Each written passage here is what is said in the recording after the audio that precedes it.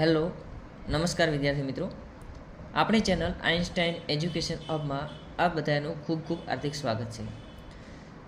આજે આપણે JEE અને NEET 2026ની જે અત્યારે એક્ઝામ આવી રહી છે એના માટેના જે મોસ્ટ IMP ફિઝિક્સને લગતા જે ક્વેશ્ચન છે એને આજે આપણે વન બાય વન સોલ્વ કરીશું.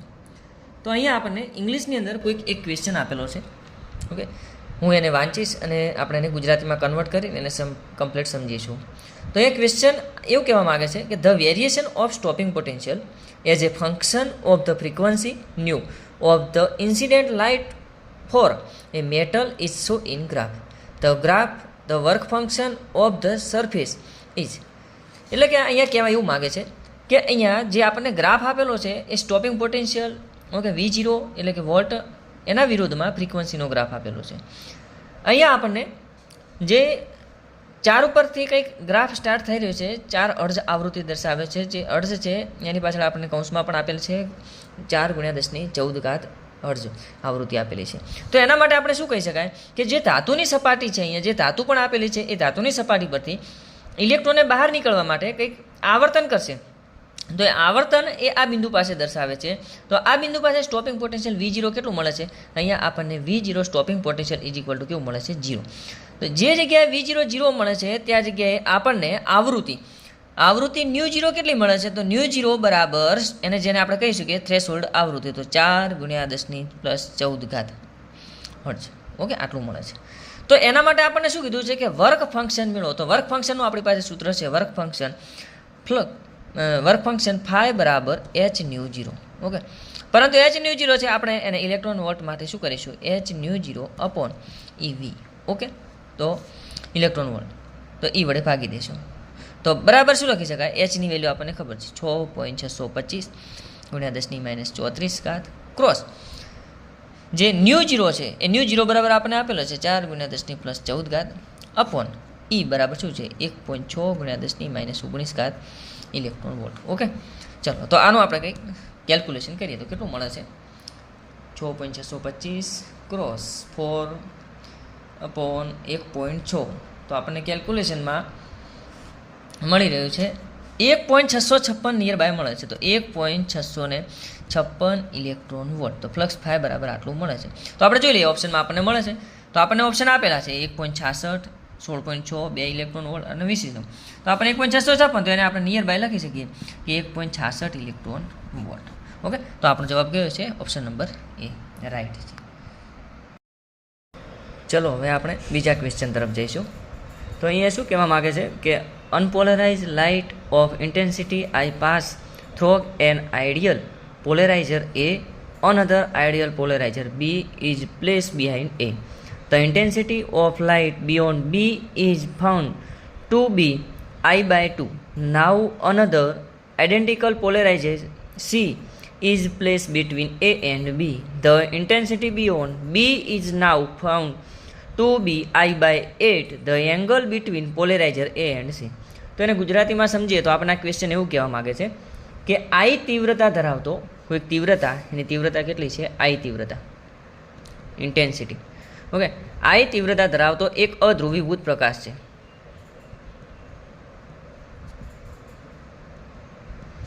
એક આદર્શ પોલેરાઇઝર A માંથી પસાર થાય છે. શું કહે છે કે આદર્શ પોલેરાઇઝર A માંથી પસાર થાય છે. એની પાછળ બીજો એક સમાન પોલેરાઇઝર B મૂકવામાં આવ્યો છે. એની પાછળ બીજો એક જ એના જેવો જ પોલેરાઇઝર B મૂકવામાં આવ્યો છે.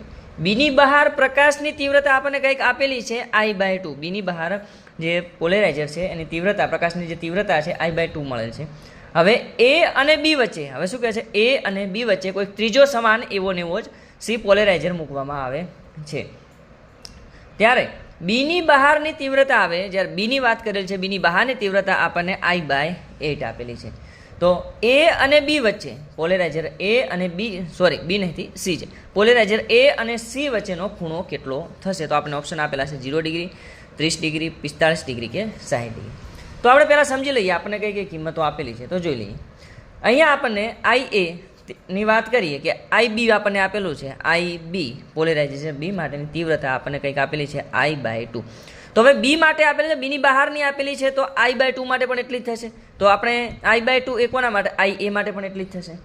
તો આના માટે જો આપણે માલસના નિયમનો ઉપયોગ કરીએ તો માલસનો નિયમ શું છે આપણી પાસે? તો લખી શકાય કે માલસના નિયમ પરથી, માલસનો નિયમ શું છે? I બરાબર I0 cos સ્ક્વેર થીટા છે. તો અહીંયા લઈએ તો એના માટે શું લખી શકીએ? ધારો કે IBની વાત કરીએ તો IB બરાબર IA into cos square theta. થીટાની વાત કરીએ તો થીટા શું લખી શકીએ? AB. ઓકે, ચલો IB આપણને મળે છે I/2 is equal two IA પણ કેટલો છે? I/2 into cos square theta AB. Okay, ચલો I/2 બંને બાજુથી કેન્સલ. તો આપણને શું મળશે? Cos square theta AB is equal two 1. તો આના માટે શું મળશે? થીટા. તો theta is equal two 0 degree. તો આ શું કહેવા માંગે છે કે A અને B એકબીજાને કેવા છે? A અને B એ બંને પોલેરાઇઝર છે. બંને પોલેરાઇઝર એકબીજાને કેવા હશે? એકબીજાને સમાંતર હશે. એકબીજાને સમાંતર હશે. ઓકે, આપણે ક્વેશ્ચન ડિટેલમાં કમ્પ્લીટ સમજી રહ્યા છીએ. ઓકે, તો ખૂબ જ ધ્યાન રાખજો. એના પછી આપણને શું આપે છે કે ICની જે કંઈક આપણને આ બી માટેની પણ કંઈક બહારની કંઈક તીવ્રતા ઇન્ટેન્સિટી આપેલી છે. IB is equal two I/8. તો IB is equal two I/8 પણ આપેલી છે આપણને. હવે અંદર સી દાખલ કરવામાં આવે છે. A અને B વચ્ચે સી દાખલ કરવામાં આવે તો એના માટે પણ આપણે માલસના નિયમનો ઉપયોગ કરીએ. તો ધારો કે પહેલાં અલગ અલગ માટે ઉપયોગ કરીએ છીએ, વચ્ચે આપણે સી મૂકેલું છે. તો A અને Cની વાત કરીએ તો એના માટે લખવું હોય તો આપણે શું લખી શકાય? IC બરાબર IA into cos square theta. Okay, ચલો IC એના બરાબર IA તો આપણને ખબર છે I/2 કોસ સ્ક્વેર થીટા. તો આપણને IC મળી ગયું. ચલો IA અને ICની વાત કરીએ. હવે B અને Cની વાત કરીએ તો એના પછી ફરીથી માલસના નિયમનો ઉપયોગ કરે તો IB બરાબર IC into cos square theta. પરંતુ આપણને IC તો મળેલું જ છે તો એની જગ્યાએ મૂકી દઈએ. તો IC બરાબર શું મૂકીએ? I/2 cos square theta. Okay, એની જગ્યાએ મૂકી દઈએ. વધ્યું શું આપણી પાસે? Cos square theta. તો ઇન્ટુ કોસ સ્ક્વેર થીટા. તો આપણને શું મળશે? તો બરાબર IB બરાબર શું મળે છે? I/2 cos square theta into cos square theta. એટલે આપણે શું લખી શકીએ? કોસની 4 ઘાત થીટા. ઓકે, પણ IB પણ આપણને ખબર છે, આપેલું છે. તો IB બરાબર શું છે? I/8 is equal to I/2 into કોસની 4 ઘાત થીટા. I બંને બાજુ કેન્સલ. 2/4 એટલે આપણે શું લખી શકીએ? 1/4 ઇઝ ઇક્વલ ટુ કોસની 4 ઘાત થીટા. ઓકે, હવે બંને બાજુ વર્ગમૂળ લઈએ તો શું લખી શકાય? 1/2 is equal two cos square theta. તો 1/2 લખવું હોય તો એના માટે શું કરીશું? 1/2 કોસ સ્ક્વેર થીટા ક્યારે લખી શકાય? જ્યારે થીટા બરાબર આપણને કેટલું મળતું હશે? 45 ડિગ્રી. ઓકે, તો થીટા આપણને કેટલો મળે છે? 45 ડિગ્રી. તો એની અંદર જોઈ લઈએ કે 45 ડિગ્રી ઓપ્શન આપેલો છે. હા, તો આપણને આપેલો છે. આ આપશે આપણો ઓપ્શન જવાબ. ઓકે, ચાલો હવે નેક્સ્ટ ક્વેશ્ચન તરફ જઈએ. ત્રીજો ક્વેશ્ચન છે આપણો, consider the following nuclear reaction X. Okay, એનું દળ આપેલું છે 200. એમાંથી કંઈક નિપજ મળી રહી છે A અને B. એના અલગ અલગ દળ આપેલા છે 110 અને 90 પ્લસ એનર્જી. ઓકે, એ વસ્તુ આપણને મળેલ છે. તો ઇફ ધ બાઇન્ડિંગ એનર્જી પર nucleon for X, A and B are 7.4 mega electron volt, 8.2 mega electron volt and બીજો 8.2 મેગા ઇલેક્ટ્રોન વોલ્ટ અલગ અલગ મળે છે. તો the energy release will be, તો આના અંદરથી કેટલી એનર્જી રિલીઝ થતી હશે? જે પાછળ આપણે એનર્જી લખેલું છે એ કેટલી એનર્જી રિલીઝ મળતી હશે? તો એના માટે ઓપ્શન પણ અલગ અલગ આપેલા છે, 90, 110, 200 અને 160. તો આપણે એના માટે મેળવવાની છે છૂટી પડતી વધારાની એનર્જી મેળવવાની છે. તો આપણે સ્ટેપ બાય સ્ટેપ સમજીએ. તો ધારો કે પહેલું જ આપણને જે પ્રક્રિયા આપેલી છે સમજી લઈએ. X એનું પરમાણ્વીય દળ 200 આપેલું છે. એમાંથી કંઈક નિપજ તરીકે આપણને A પ્લસ B મળે છે. એનું પરમાણ્વીય દળ આપણને 110 મળે છે અને બીનું 90 મળે છે. પ્લસ કંઈક એનર્જી મળે છે. ઓકે, જેને આપણે ઉર્જા કહીએ છીએ. આ વધારાની ઉર્જા કેટલી મળે છે એ શોધવાનું છે. તો પહેલાં આપણે સૌપ્રથમ X માટે જોઈ લઈએ. ઓકે, X માટેની વાત કરીએ. આ જે પણ આપેલું છે X 200 માટે. તો એના માટે એનો જે માસ નંબર છે તો X માટે શું છે? AX. ઓકે, જે પરમાણ્વીય દળ આપેલું છે કેટલું મળે છે? AX બરાબર 200. તો એના માટે જો આપણે બાઇન્ડિંગ એનર્જી લઈએ તો એ પણ આપણને આપેલી છે એક્સ માટેની ન્યુક્લિયોન દીઠ બંધન ઉર્જા. ઓકે, તો ન્યુક્લિયોન દીઠ બંધન ઉર્જા કેટલી આપેલી છે? 7.4 મેગા ઇલેક્ટ્રોન વોલ્ટ. તો એના માટે આપણે એવું લખી શકીએ કે બીઈ માટે એક્સ માટે બીઈ અપોન એક્સ એટલે કે ન્યુક્લિયોન દીઠ બંધન ઉર્જા બરાબર 7.4 મેગા ઇલેક્ટ્રોન વોલ્ટ. ઓકે, ચલો એના ફરીથી એક્સ માટે લીધું છે એવું ને એવું એ અને બી માટે લઈએ. તો એ અને બી માટેની વાત કરીએ તો એ 110 માટેની વાત કરીએ, એ 110 માટે. તો એના માટે આપણને શું મળશે? એ ધારો કે આને સ્મોલ એ નામ આપીએ તો એના માટે શું મળે છે? 110. બીની વાત કરીએ તો બી 90 માટે આપણને કેટલું મળે છે?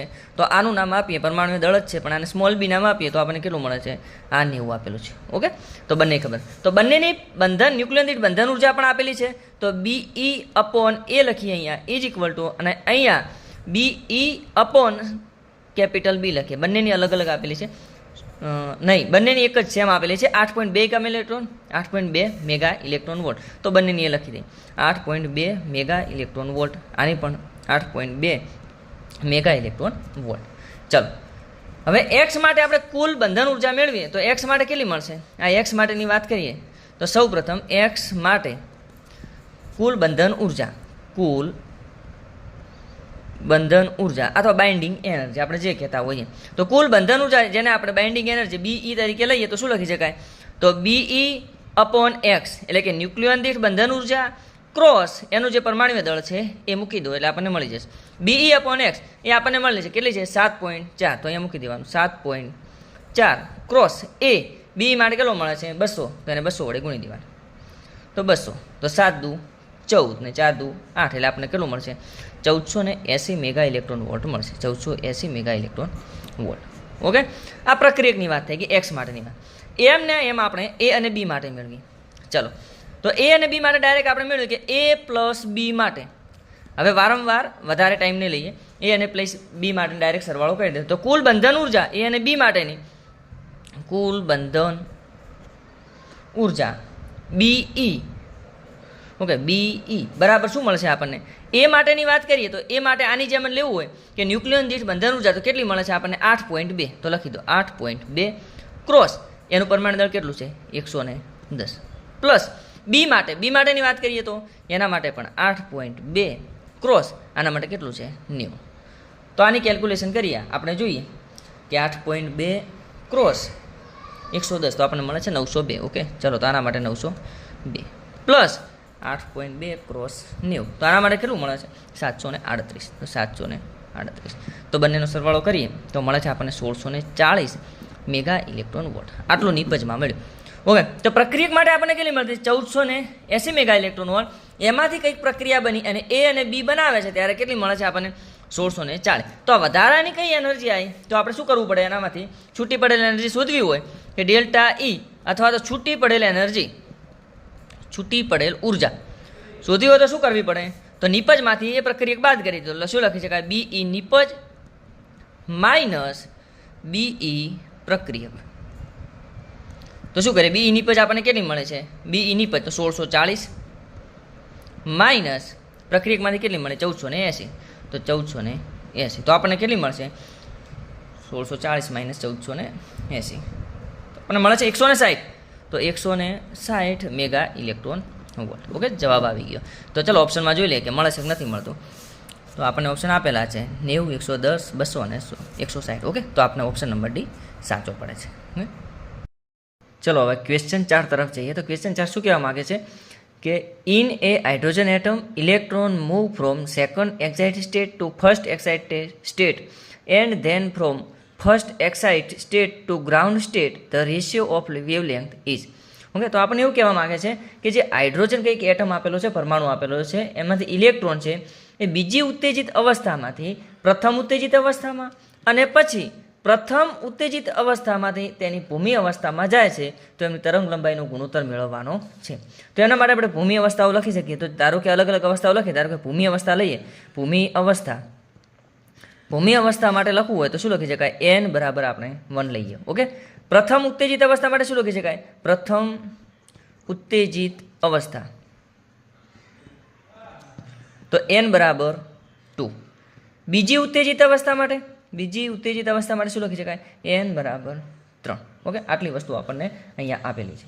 તો એના માટે આપણે શું લેવાનું છે કે λ1/λ2 is equal to question mark. આ વસ્તુ આપણે શોધવાની છે.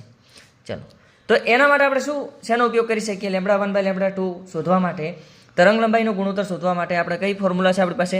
તો આપણી પાસે એક જ છે કે રીડબર્ગ ફોર્મ્યુલા. ઓકે, તો રીડબર્ગ ફોર્મ્યુલા પરથી રીડબર્ગ ફોર્મ્યુલા શું છે? 1/λ ઇઝ ઇક્વલ ટુ r કૌંસમાં 1/n ફાઇનલનો સ્ક્વેર માઇનસ 1/n ઇનિશિયલનો સ્ક્વેર. તો આના બરાબર લખવું હોય તો પહેલા સ્ટેટ માટે લઈએ તો આપણે પહેલાં ક્યાં જાય છે? પહેલાં આપણને ઓલરેડી કહે છે કે શું કહે છે કે સેકન્ડ એક્સાઇઝ સ્ટેટમાં, એટલે કે બીજી ઉત્તેજિત અવસ્થામાંથી પ્રથમ ઉત્તેજિત અવસ્થામાં જાય છે, એટલે કે 3માંથી 2માં જાય છે. તો એના માટે લખીએ કે બીજી ઉત્તેજિત અવસ્થામાંથી પ્રથમ ઉત્તેજિત અવસ્થા માટે. તો એના માટે લખીએ તો 1/λ1 ઇઝ ઇક્વલ ટુ r કૌંસમાં ફાઇનલ કયું છે? 2માં જાય છે, તો 1/2નો સ્ક્વેર માઇનસ 1/3નો સ્ક્વેર ઇઝ ઇક્વલ ટુ લખી શકાય તો r કૌંસમાં 2 દુ 4, તો 1/4 માઇનસ 1/9. તો આના બરાબર આપણને શું મળશે? r તો એમના એમ છે, તો આ બંનેનો લખીએ તો 9 9 માઇનસ 4 એનું લઈએ તો 36. તો શું મળશે આપણને અહીંયા લખવું હોય તો ઇઝ ઇક્વલ ટુ r કૌંસમાં 5/36 મળશે. તો λ1 માટે શું મળશે? તો માટે λ1 is equal two 36/5r. Okay, λ1 મળી ગયા. હવે એ જ રીતે આપણને શું કહે છે કે બીજી ઉત્તેજિત અવસ્થામાંથી પ્રથમ ઉત્તેજિત અવસ્થામાં જાય છે. હવે શું કહે છે? પ્રથમ ઉત્તેજિત અવસ્થામાંથી કયો જાય છે? ભૂમિ અવસ્થામાં જાય છે. તો એના માટે લેવું હોય તો 2માંથી 1માં જાય, n બરાબર 2 માંથી n બરાબર 1 માટે. તો એના માટે ફરીથી આના જ સૂત્રનો, આની આ જ ફોર્મ્યુલાનો આપણે ઉપયોગ કરીએ તો 1/λ2 ઇઝ ઇક્વલ ટુ શું લખી શકાશે? r કૌંસમાં 1/1નો સ્ક્વેર માઇનસ 1/2નો square is equal to r કૌંસમાં શું લખી શકાશે? 1/1 એટલે 1 માઇનસ 1/4. તો એના માટે લખવું તો શું લખી શકાશે? 3r/4. ઓકે, તો માટે λ2 બરાબર 4/3r. ઓકે, λ1 અને λ2 આપણને બંને મળી ગયું. તો એના માટે આપણે બંનેનો ગુણોત્તર લેવો હોય તો બંનેનો ગુણોત્તર લઈ લઈએ. આપણી પાસે λ1 અને λ2 બંને છે. λ1/λ2 ઇઝ ઇક્વલ ટુ λ1 કેટલું આપેલું છે? તો 36/5r. ક્રોસ લઈએ તો શું લખી શકાય? 3r/4. તો શું થાય? 4 9 36 લખી શકાય છે. r કેન્સલ, તો આપણને શું મળે છે? 9 × 3/5, 9 × 27/5 આપણને આટલું મળે છે. કયા ફોર્મમાં આપેલો છે આપણે જવાબ? ઓપ્શન જોઈ લઈએ તો ઓપ્શન સી આપણને આપેલો છે 27/5. ઓકે, ચલો આગળ જઈએ. ચલો નેક્સ્ટ ક્વેશ્ચન નંબર 5. શું કહેવા માગે છે કે એ biconvex thin lens is prepare from glass, કે જેનો વક્રી ભવનાંક n બરાબર કેટલો આપેલ છે? 1.5. The two bounding surface having equal radius of 25 centimeter is, એટલે કે જે બંનેની જે રેડિયસ આપેલી છે, ઓકે, બંનેની જે ત્રિજ્યા આપેલી છે 25 સેન્ટીમીટર આપણને મળે છે. One of the surface is silver from outside of make it reflecting, એટલે કે એની એક સપાટી ઉપર શું કરેલું છે? એક બહિર્ગોળ લેન્સ આપેલો છે. બહિર્ગોળ લેન્સની એક સપાટી ઉપર સિલ્વરનું કંઈક કોટિંગ કરેલું છે. ઓકે, તો આના ઉપરથી સમજી શકીએ કે સિલ્વરનું કોટિંગ કરી એક લેન્સ હતો, લેન્સ ઉપર એક બાજુની સપાટી ઢાંકી દીધી. તો આપણને આ શું મળશે? તો આપણને શું મળશે? જે બહિર્ગોળ લેન્સ હતો બંને બાજુની સપાટી હતી, પરંતુ હવે આ શું બની જાય છે? એક અંતર્ગોળ અરીસા તરીકે વર્તે છે. ઓકે, તો આ અંતર્ગોળ અરીસા તરીકે વર્તે છે. પહેલું તો એ ખબર હોવી જોઈએ.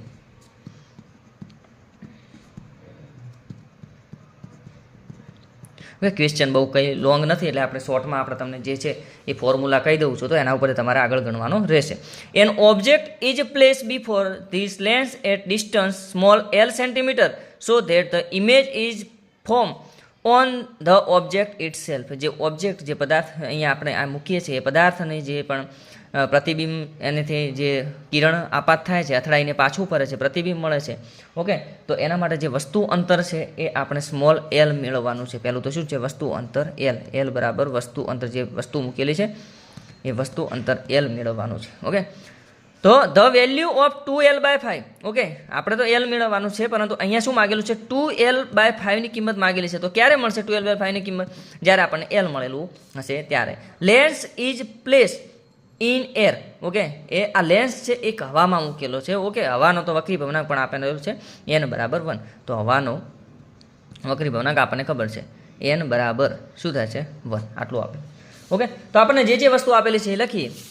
તો એના માટે સૌ પ્રથમ પહેલું આપણને શું આપેલું છે, n ગ્લાસ. ઓકે, જે ગ્લાસ આપેલો છે, જે લેન્સ આપેલો છે, તો Ng બરાબર એનો વક્રી ભવનાંક 1.5 આપેલો છે. એની જે r બરાબર રેડિયસ આપેલી છે, તો r1 બરાબર શું લઈશું, +25 લઈશું. ઓકે, અને r2 બરાબર શું લઈ શકાય, એ ઓપોઝિટ. ઓકે, તો માઇનસ લઈ શકાય, તો -25 સેન્ટીમીટર. હવા માટે આપણને 1.5 મળ્યું. હવે અંતર્ગોળ અરીસા તરીકે વર્તે છે. તો પહેલાં સૌપ્રથમ શું કરીશું, આના માટે ધ્યાન રાખજો, તમારે જાતે ગણવાનો છે. આપણે આની પાસે વધારે ટાઈમ નહીં બગાડીએ, નેક્સ્ટ ક્વેશ્ચન તરફ જઈશું. તો આના માટે પ્રથમ લેન્સ મેકર્સ ફોર્મ્યુલાનો ઉપયોગ કરો. Lens makers formula. બસ ઓકે, લેન્સ મેકર્સ ફોર્મ્યુલા શું છે, આપણે 1/f, આપણે અહીંયા f1 લઈશું. 1/f1 ઇઝ ઇક્વલ ટુ શું મળશે, Ng-1 કૌંસમાં 1/r1 માઇનસ 1/r2. આનો ઉપયોગ કરીને f1 મેળવી લો. ઓકે, f1 મળશે. હવે આપણને શું છે, એ આ શેના માટે મળે છે, લેન્સ માટે મળે છે. પરંતુ હવે આપણે અરીસો બનાવી દીધો. શું બનાવ્યો છે, અરીસો બનાવ્યો છે, અંતર્ગોળ અરીસા. અંતર્ગોળ અરીસા માટે ઓકે, મિરર કહી શકાય, તો આપણે એને FM કહીશું. તો FM બરાબર શું લખે છે કે r/2, પણ r આપણને ખબર છે, પણ અહીંયા માઇનસ લઈશું અરીસામાં 20/5, 25/2 એટલે કે 25/2 બરાબર શું મળશે, -12.5 સેન્ટીમીટર. આ વસ્તુ મળી ગઈ. ચલો એના ઉપરથી પાવરની વાત કરીએ તો પાવર P બરાબર શું લખી શકાય, પાવર P બરાબર પહેલા માટે લેવું હોય તો શું લખી શકાય, લેન્સ માટેની વાત કરી છે તો 2P1, મિરર માટેની વાત કરીએ તો PM. એના ઉપરથી આપણને P બરાબર ખબર છે, P બરાબર શું લઈ શકાય, 1/f. તો આપણને f મળી જશે. તો 1/f is equal two 2. P1 ની જગ્યાએ શું લખી શકાય, 1/f1 પ્લસ એની જગ્યાએ શું લખે છે, 1/fm. આના ઉપરથી આપણને f મળશે. ઓકે, અહીંયા f1 મળ્યો તો અહીંયા f આપણને મળી જશે.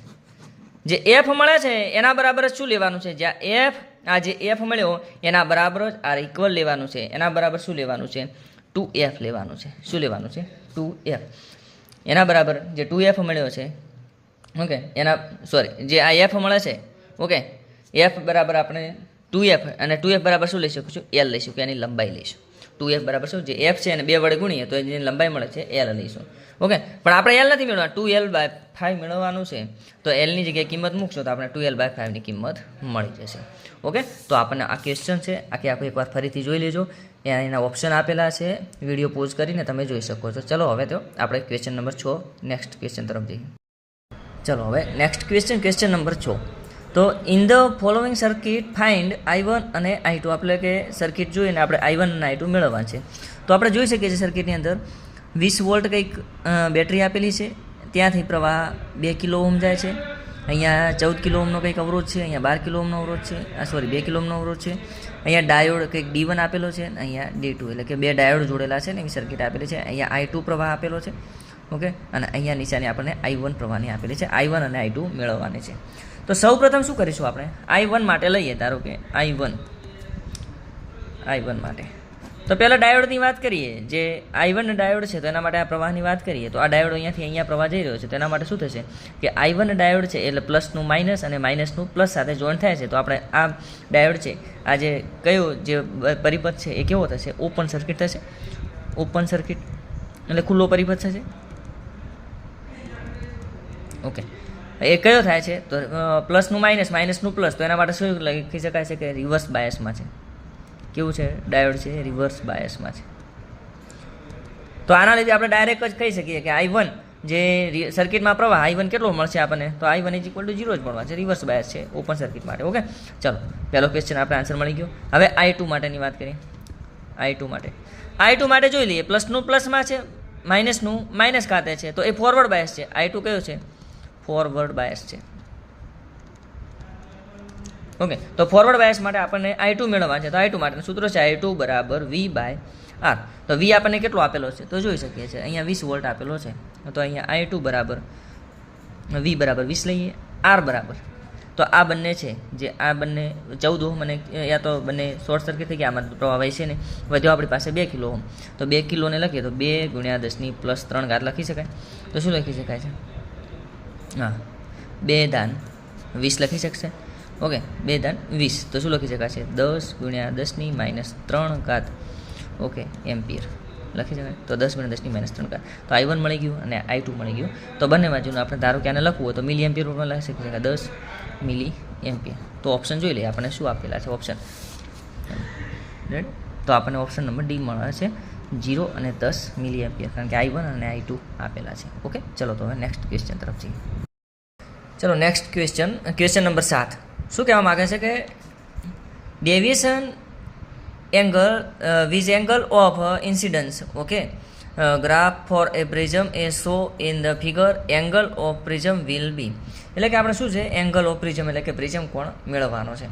એટલે કે અહીંયા આપણને કોઈ ગ્રાફ આપેલો છે, વિચલન કોણ ડેલ્ટા, ઓકે, આપાત કોણ એના બંનેનો વિરુદ્ધનો ગ્રાફ આપેલો છે.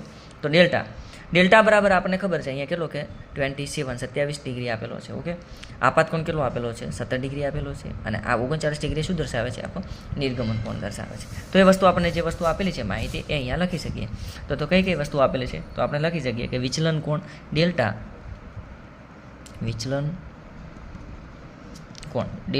Is equal two 27 degree. Okay, ચલો નેક્સ્ટ શું આપેલું છે આપાત કોણ આપેલું છે. કેટલો આપેલો છે 17 ડિગ્રી. આપાત કોણ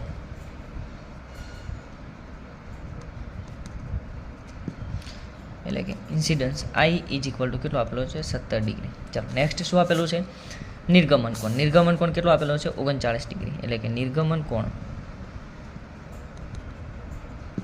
જેને આપણે સ્મોલ e સ્વરૂપે દર્શાવીએ છીએ કેટલો છે 39. ચાલો એના પછી આપણે શોધવાનું શું છે પ્રિઝમ કોણ A is equal to question mark. Okay, તો એના માટેનું આપણે સૂત્ર છે શું છે ડેલ્ટા ઇઝ વિચલન કોણ is equal two I plus E minus A. તો કિંમતો મૂકી દેવાની છે, બીજું કંઈ કરવાનું નથી. ચલો ફટોફટ.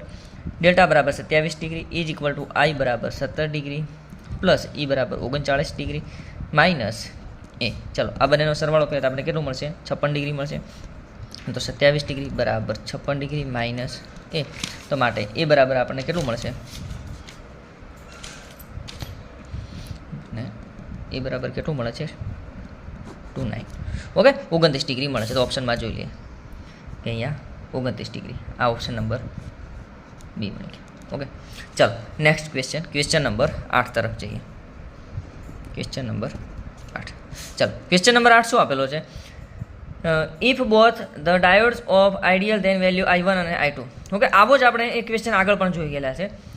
મારા ખ્યાલથી question 2 kilo ohm I1 I2 diode પણ અહીંયા એક ફોરવર્ડ બાયસમાં છે. ઓકે, આ રિવર્સ બાયસમાં મળે છે. ઓકે, કંઈક અહીંયા 10 વોલ્ટ આપેલું છે. આપણે આગળનો એક ત્યાં 20 વોલ્ટ આપેલું હતું. ઓકે, ફરીથી એ જોવું હોય તો જોઈ લઈએ. તો આપણે ઓલરેડી આગળ જોઈ ગયેલા છે કે I1, ઓકે, I1 આ બંને કેવું થઈ જશે ખુલ્લી સર્કિટ થઈ જશે, ઓપન સર્કિટ થઈ જશે. આ રિવર્સ બાયસમાં મળે છે તો આપણે I1 બરાબર કેટલું મળી જશે 0 મળી જશે. ફરીથી I2 મેળવવા માટે શું થશે જોઈ લેવાનો, ડાયોડની દિશા જોઈ લેવાની કે ફોરવર્ડ બાયસ છે કે રિવર્સ બાયસ છે. તો આ કેવું છે પ્લસ પ્લસ માઇનસ માઇનસ, તો ફોરવર્ડ બાયસ મળશે I2. તો એના માટે I2 બરાબર શું લખી શકાય V/R. V આપણને અહીંયા કેટલો આપેલો છે 10 વોલ્ટ આપેલો છે. તો 10/R. R કેટલો છે 2 કિલો ઓહમ. તો 2 × 10 ની +3 ઘાત, 2 × 10 ની +3 ઘાત, 2 × 5 = 10. ઓકે, તો આપણને કેટલો મળશે 5 મિલી એમ્પિયર મળશે. તો 0 અને 5 તો ઓપ્શન મળી ગયો આપણને 0 અને 5. Question number D. ચાલો ટાઈમ ના બગાડતા આપણે ક્વેશ્ચન નંબર આગળ જઈશું. Question number 9. Okay, question number શું કહેવા માગે છે 9. તો આપણે વિધાન અને કારણ આપેલું છે. તો વિધાન શું કહે છે કે a planet is moving around the sun in an elliptical orbit, then from aphelion point of perihelion point the speed of planet continuously increase. Okay, અને રીઝન એનું કારણ એવું કહે છે according to Kepler's second law the areals velocity of the line joining planet to the sun is ton. Okay, તો તમે જોઈ શકો છો શું કહેવા માગી રહ્યું છે. સંપૂર્ણ કમ્પ્લીટ આખી ચેક કરી લઈએ તો આની અંદર શું આન્સર આવશે બોલો, કોઈ કહી શકશે? ચાલો તો એને ગુજરાતીમાં આપણે સમજીએ. તો એ વિધાન એવું કહેવા માગે છે કે કોઈ એક સૂર્ય છે, સૂર્યની આસપાસ કોઈ ગ્રહ જે પરિભ્રમણ કરે છે એ લંબ વર્તુળાકાર અથવા લંબગોળ કક્ષામાં ભ્રમણ કક્ષામાં પરિભ્રમણ કરે છે. પછી તે શું કરે છે એ એફેલિયન બિંદુ, ઓકે, એફેલિયન બિંદુ એટલે કે આ બિંદુ છે એટલે કે દૂરનું બિંદુ, સૂર્યથી દૂરનું બિંદુ, આ દૂર બિંદુ. ઓકે, અને આ બિંદુ કયું કહેવાય એનું નજીક બિંદુ. આ બિંદુ કેવું કહેવાય છે એનું નજીક બિંદુ. એને પેરીહેલિયન કહેવાય છે. ઓકે, પી એને નામ આપી દે, એરિહેલિયન એટલે એ આપણે નામ આપી શકીએ છીએ. તો અહીંયા શું કહેવા માગે છે કે જે આ બિંદુ છે, ઓકે સોરી, આ સૂર્ય છે, આ એસ છે, આ અર્થ છે અથવા પૃથ્વી છે. ઓકે, એના માટેની વાત કરીએ. જ્યારે આ બિંદુથી આ બિંદુ પાસે જ્યારે એ આવે છે ત્યારે એની સ્પીડમાં શું થાય છે, જેના વેગમાં શું થતો હોય છે, વધારો થતો હોય છે. તો આપણી પાસે સૂત્ર છે, જોઈ લેવાનું. એલ બરાબર શું લખી શકાય છે, mv/r. તો આના ઉપરથી આપણને શું મળે છે, v ચલે છે 1/r. જેમ એની અંતર છે એ વધશે, અંતર વધશે તો વેગ છે, સ્પીડમાં શું થશે, ઘટાડો થશે. આ વધશે તો આમાં ઘટાડો થશે, અને આ ઓછું થશે તો અહીંયા વધારો થશે. તો વિધાન કેવું છે, એનું વિધાન છે એ સાચું છે. ઓકે, પેલું આ સાચું છે. પછી કારણ શું છે, કેપ્લરનો બીજો નિયમ. કેપ્લરનો બીજો નિયમ શું કહેવા માંગે છે, કેપ્લરનો સેકન્ડ લો. ઓકે, કેપ્લરનો બીજો નિયમ શું છે કે ક્ષેત્રફળનો નિયમ, એરિયાસ લો. ઓકે, તો એના બરાબર આપણે શું લખતા હતા, dA/dt is equal to constant. Okay, ક્ષેત્રફળનો નિયમ લખી શકીએ છીએ, dA/dt. તો આના માટે આપણે લેવું હોય તો શું લખી શકાય, તો L બરાબર mv/r sin થીટા. તો એના ઉપરથી લખીએ તો શું લખી શકાય, dA/dt is equal two L/2m is equal to constant. આ પણ કોન્સ્ટન્ટ જ છે. ઓકે, તો કેપ્લરનો બીજો નિયમ પણ એનો શું છે, જે કારણ છે, જે રીઝન આપેલું છે એ શું સમજાવે છે, જે ઉપરનું વિધાન આપેલું છે એને સમજાઈ રહ્યું છે. તો ઓપ્શન જોઈ લેવાના. વિધાન અને કારણ બંને સાચા છે, ઓપ્શન નંબર એમાં કહે છે. અને કરેક્ટ એક્સપ્લેન ઓફ ધ જે વિધાન આપેલું છે, એટલે કે જે એ અને બી બંને સાચા છે અને જે કારણ આપેલું છે એ વિધાનને સમજાઈ રહ્યું છે. તો આપણો ઓપ્શન નંબર એ જ સાચો મળશે. તો આન્સર એ મળે છે. ઓકે, નેક્સ્ટ ક્વેશ્ચન નંબર 10 શું કહેવા માગે છે, velocity of a particle is given as સદિશ v is equal to x² i caret plus 2y² j caret.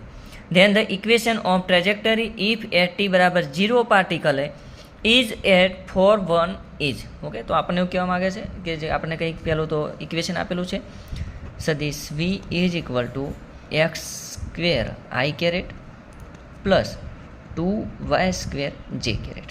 આપણને કંઈક આવું ઇક્વેશન આપેલું છે. Then the equation trajectory it, એટલે કે t બરાબર 0 સમયે, ઓકે, t બરાબર 0 એ જે પાર્ટિકલ જે ગતિ કર્યો છે એનો પ્રક્ષેપણ પથ, એટલે કે એનું પ્રક્ષેપણ સમીકરણ ક્યારે, સમીકરણ એ શું છે કે એનો જે એક્સ અને વાયની વેલ્યુ આપેલી છે 4 અને 1 માટે કેટલું હશે, એટલે એ પ્રક્ષેપણ ઇક્વેશન આપણે મેળવવાનું છે. તો સૌપ્રથમ આપણે પહેલાં ઇક્વેશન આપેલું છે તો એના માટે એક્સ અને વાય માટે લખીએ તો શું લખી શકાય, dx/dt i caret plus dy/dt j caret લખી શકાય. તો dx/dt બરાબર શું છે, x², dy/dt બરાબર શું છે, 2y². તો એના બરાબર આપણે લખવું હોય તો શું લખી શકશું, તો ધારો કે એક્સ એક્સિસ માટે, એટલે કે જેને આપણે હોરિઝોન્ટલ કહી શકીએ. ઓકે, એક્સ એક્સ એટલે કે આડી અક્ષ માટે, જેને કહીએ આપણે હોરિઝોન્ટલ એક્સ અક્ષ માટે. તો એના માટે લખવું હોય તો શું લખી શકાશે, dx/dt ઇઝ ઇક્વલ ટુ આપણને શું મળે છે, અહીંયા x² આપેલું છે. ઓકે, ચલો એના પછી વર્ટિકલ લેવું હોય તો વર્ટિકલ માટે, એટલે કે વાય અક્ષ માટે, ઊભી અક્ષ માટે શું લખી શકાય છે, dy/dt is equal two 2y².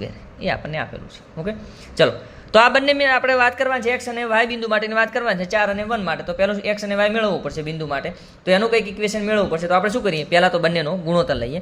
તો dy/dt is equal two upon dx/dt. Okay, તો બરાબર શું મળશે, dy/dt આપણને આપેલું છે, dy/dt કેટલું છે, 2y². તો લખી શકીએ 2y² અપોન x². અહીંયા dt કેન્સલ, તો આપણને શું મળશે, માટે dy/dx is equal two 2y² upon x². આવું ઇક્વેશન મળે છે. ચલો હવે આ ઇક્વેશનનું આપણે ઇન્ટિગ્રેશન લઈએ, સંકલન લઈએ તો લેવું હોય તો શું કરી શકાશે, આપણે વાયવાળું વાય બાજુ પદ લઈએ, એક્સનું એક્સ બાજુ લઈ દઈએ તો શું લખી શકાશે, અહીંયા dy છે તો અહીંયા y² અહીંયા લઈ દઈએ, y² અહીંયા લઈ દઈએ તો શું લખી શકાશે, 1/y² into dy is equal two આ dx ને અહીંયા લઈ જઈએ, અહીંયા તો છે જ ઓલરેડી 2/x² તો છે ઇન્ટુ dx. હવે શું કરીએ છીએ, આનું આપણે આખે આખાનું સંકલન લઈએ તો આ આખાનું સંકલન લઈએ. ચલો આ -2 છે, સોરી y² છે એ છેદમાં છે, એને શું કરીએ અંશમાં લઈ જઈએ. તો આપણને શું મળશે? તો માટે y ની -2 સંકલનમાં into dy is equal two સંકલનમાં 2x ની -2 ઇન્ટુ dx. આવું કંઈક આપણને મળશે. ચલો એનું સંકલન લઈએ તો કેટલું મળશે આપણને? y ની -1 નીચે ગુણાઈ જશે. ઓકે, ઇઝ ઇક્વલ ટુ અહીંયા આપણી પાસે 2 તો છે જ અહીંયા, તો 2a, તો x માટે પણ ફરીથી એનું જ થશે.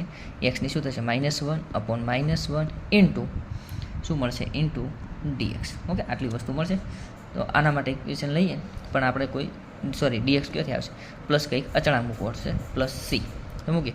આના માટે ફરીથી લખીએ તો શું લખી શકાશે? -1/y લખી શકાય ને? -1 છે નીચે આવશે, -1/y ઇઝ ઇક્વલ ટુ ફરીથી આને પણ શું લખી શકાય? માઇનસ તો છે જ ઓલરેડી, -2/x લખી શકાશે ને? પ્લસ આપણી પાસે c. આ ઇક્વેશન નંબર આપણને કયું મળે છે? 1. આની અંદર આપણે શું કરીએ? c ની વેલ્યુ શોધીએ. c ની વેલ્યુ શોધ્યા બાદ ફરીથી જે c ની વેલ્યુ મળે છે આની અંદર લખીએ તો આપણને શું મળી જશે? એનું ઇક્વેશન મળી જશે. તો આપણે c ની વેલ્યુ મેળવવા માટે શું કરીશું? તો ફરીથી એની જે આપણે કન્ડિશન હતી એ કન્ડિશન આની અંદર મૂકી દઈએ. કન્ડિશન કઈ છે? x બરાબર આપણને 4 આપેલું છે. ઓકે, x બરાબર આ છે એ x ની વેલ્યુ છે, આ આપણે y આપેલું છે, તો x બરાબર 4 અને y બરાબર 1. તો એ મૂકી દઈએ, લખી દેવું છે અહીંયા ફરીથી. તો છતાં પણ x બરાબર કેટલું આપેલું છે? 4 છે, અને y બરાબર 1 મૂકતા તો આપણને શું મળશે? અહીંયા -1/1. ઓકે, અહીંયા પેલો y આપેલો છે ને, જો y બરાબર -2/4 પ્લસ c. ચાલો આનું સાદુરૂપ આપણે શું મળશે? -1 is equal two -2 × 4 -1/2 plus c. તો આપણને શું મળશે? માટે c બરાબર 1/2 -1, તો -1/2 આપણને c મળશે. ચલો આ c ની વેલ્યુ છે સમીકરણ 1 માં મૂકતા, તો સમીકરણ 1 માં મૂકતા c ની કિંમત મૂકતા સમજતા રહેજો. દરેક સ્ટેપ બાય સ્ટેપ સમજાઈ રહ્યો છો, એટલે બહુ ખાસ ધ્યાન રાખજો. આવા બહુ MCQ પૂછાતા હોય છે, બહુ સિમ્પલ જ છે, પણ ધ્યાન રાખો. ચલો સમીકરણ 1 માં મૂકતા તો આપણને શું મળશે? આપણી પાસે સમીકરણ 1 છે -1/y બરાબર -2/x માઇનસ શું લખી શકાશે? 1/2. આ રીતે લખી શકાય. આખા સમીકરણ એવું કર્યા, માઇનસની નિશાની દૂર કરવી છે તો -1 વડે ગુણી દો, -1 વડે ગુણતા. ઓકે, તો આપણને સરળ પડે, ઇક્વેશન બનાવતો ફાવે પ્રક્ષેપણ. તો -1 વડે ગુણો તો માઇનસ પ્લસ અહીંયા થઈ જશે. તો આપણને અહીંયા શું મળશે? +1/y ઇઝ ઇક્વલ ટુ માઇનસનું પ્લસ થઈ જશે તો શું મળશે આપણને? +2/x મળી જશે. ઓકે, તો પ્લસ અહીંયા શું મળી જશે? માઇનસનું પ્લસ થઈ જશે 1/2. તો આના ઉપરથી લખવું શું લખી શકાય? -1/y ઇઝ ઇક્વલ ટુ અહીંયા 2/2 × 2 એટલે 4, 4 + x/2x લખી શકાય. તો આના ઉપરથી લખવું એટલે શું લખી શકાય? y બરાબર 2x/4 + x.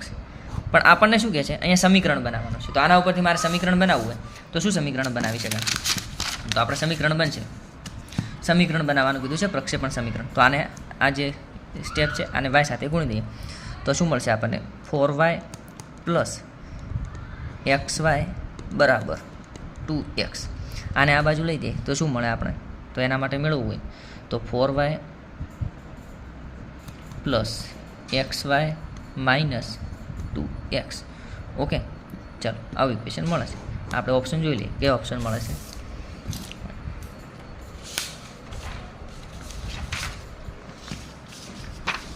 આ ઓપ્શન છે કોઈ પાસે આપણે 4y + -2x.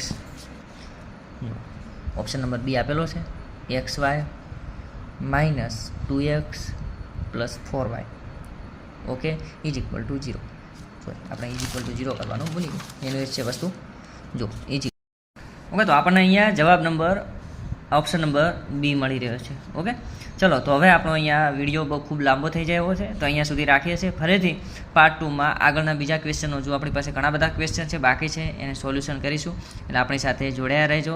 અને આ ચેનલને જે એના વિડીયો બની રહ્યા છે, રેગ્યુલર આવી રહ્યા છે, એને રેગ્યુલર દરેકે દરેક ડીપમાં આપણે સામાન્યથી સામાન્ય, બેઝિક ટુ બેઝિક સોલ્યુશન કરાવીએ છીએ. અને બીજા પણ વિદ્યાર્થીઓને મૂકતા રહેજો, એમને શેર કરતા રહેજો અને ચેનલને સબસ્ક્રાઈબ કરજો.